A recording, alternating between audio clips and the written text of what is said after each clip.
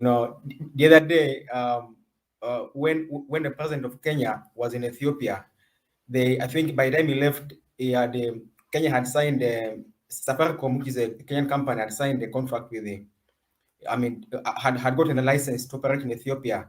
And I remember telling a friend that we're beginning to see a kind of, what we would desire to see within Africa, some kind of integration. We can begin through technology.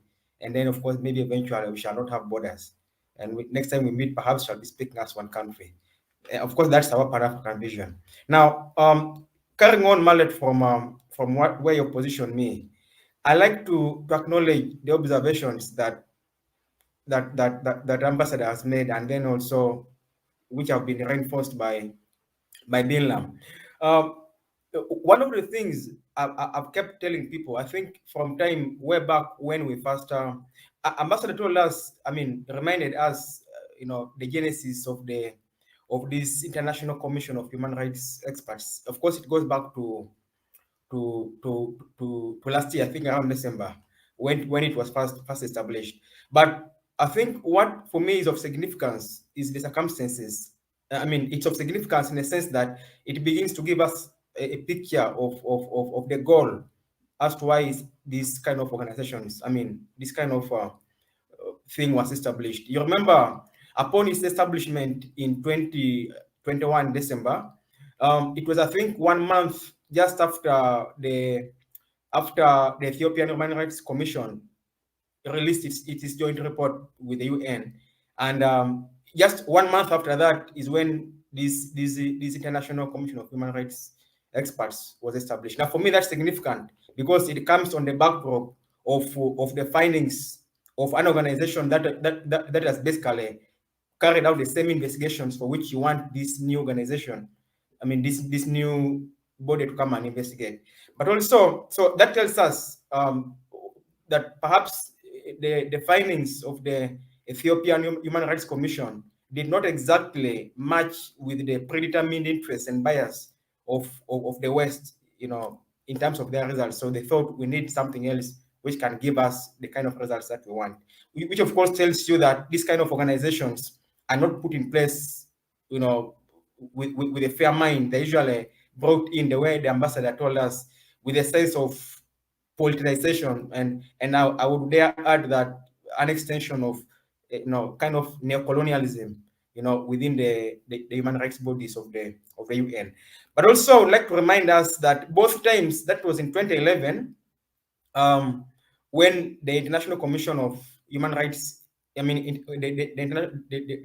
Commission of Human Rights Experts was formed, and also the other day on the 7th, when its mandate was extended. Both times, the resolution has been sponsored by outsiders. I would have been surprised, and perhaps it would seem to make sense that people seem to think there is an urgency and need to have human rights investigated in Ethiopia if one day we wake up and this kind of resolution is brought forward and sponsored by an African country. Now, that also is significant because it then tells us that why is it each time it is non-Africans who have to bring forward these resolutions, when we Africans who are closer to Ethiopia and who would be more affected by the human rights abuses in Ethiopia, if they be there, should be the ones who are more interested and should be the first to bring forward these kind of resolutions. So what does this all speak, to Africa, and perhaps going forward, what are the lessons that it gives us? It tells us that the West continues to try to use human rights bodies to try and weaponize these kind of bodies, use them, politicize them in a sense as to continue subduing, African countries. I thought, you remember, I think about a month ago, or at least the last few weeks before the other day, when the mandate was extended, I read a number of letters by some African-based, human rights organizations, open letters to the UN asking them to extend, the mandate of this. And what was surprising, I did a background check on some of these organizations, and because in their letters, like I think one was by the International Justice something that is based in Sudan. Then also something, about 2 or 3 wrote open letters, and they were asking that they should extend the mandate of this International Commission of Human Rights Experts. And In asking that they should extend this mandate, they made a particular appeal to African countries. They said we particularly appeal African countries to support the extension of this mandate. Now, why I'm trying to raise this is that there is a desire by either these organizations based in Africa, which despite being based in Africa, are not actually African organizations because they receive about 90% or more of their funding from the West. So regardless of the opinion that they give, even when they are based in Africa, they are basically parroting the demands and the talking points of Washington and other Western countries.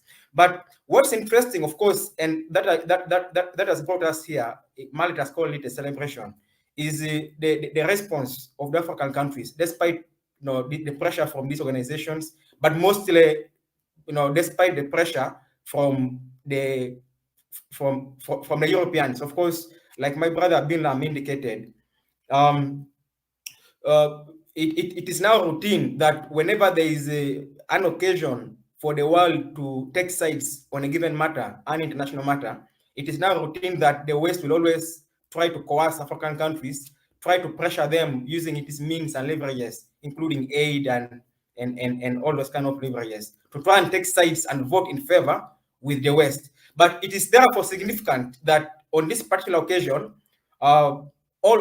yes, I think all of them, there's no African country that voted in favor of extending the mandate, which is very significant. Ambassador Ambassador took part of the credit for their work in Geneva, but also gave some credit, of course, to the whole diplomatic structure of Ethiopia, in doing the good work to ensure that Africa stood as one.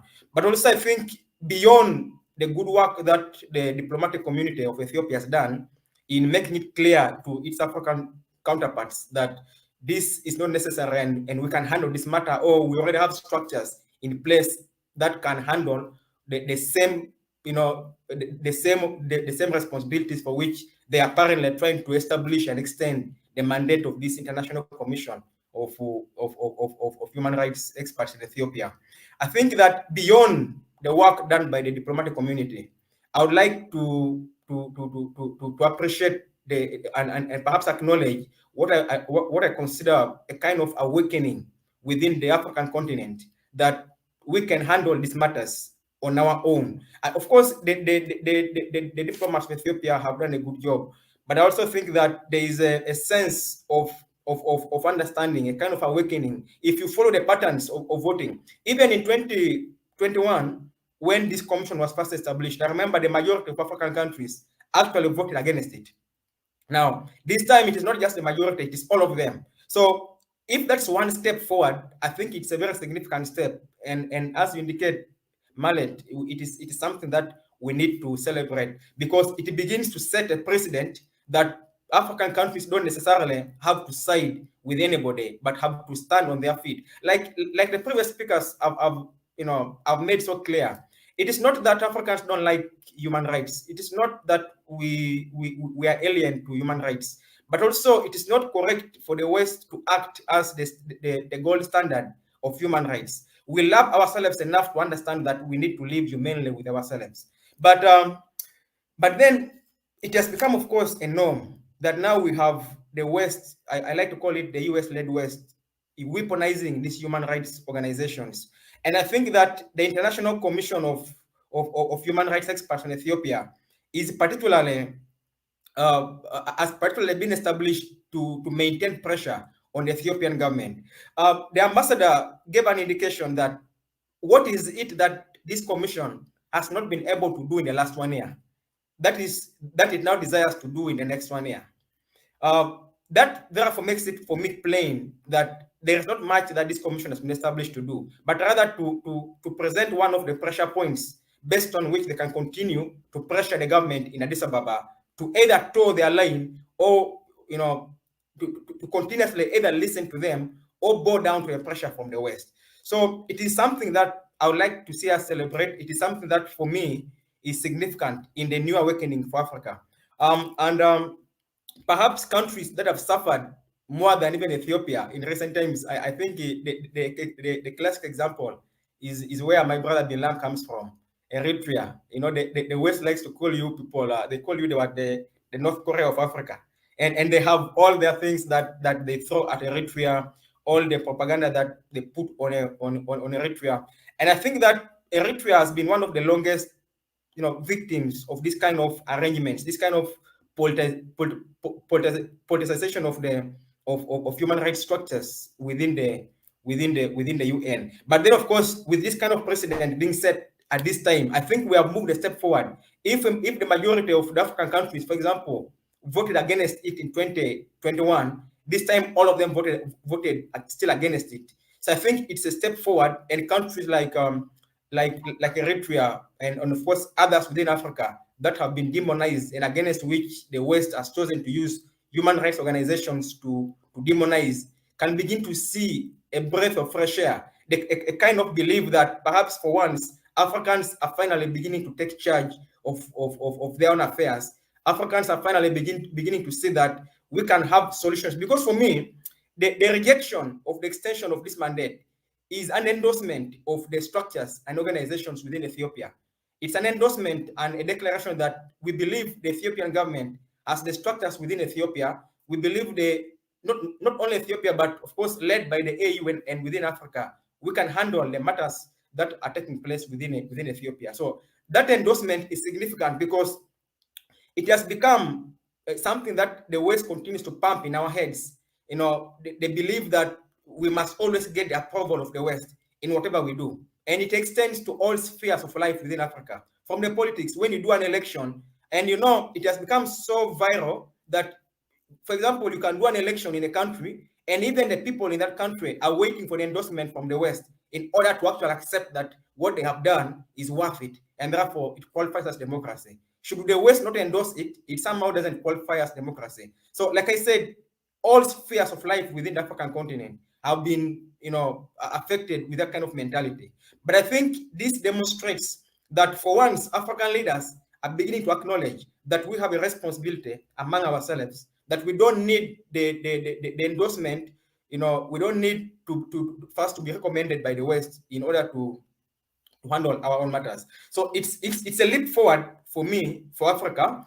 It's significant, but not to become so excited because it is one small win, and yes, we celebrate it. But I think for Ethiopia, it is significant. Of course, we lost the mandate has been extended, but it's also a vote of confidence that Ethiopia has the capacity and African Union has the capacity to handle human rights matters within Ethiopia. We don't need the policing of the West. We don't need them to come and do it themselves. But of course, like I said, that coming from the basis, the very foundation that led to the formation of this commission, it is clear that that perhaps the interest is not really, the interest is not to document human rights abuses in Ethiopia, because we already have organizations doing that. And if you're saying you don't trust them, why is it you who does not trust them, you who does not live in Africa?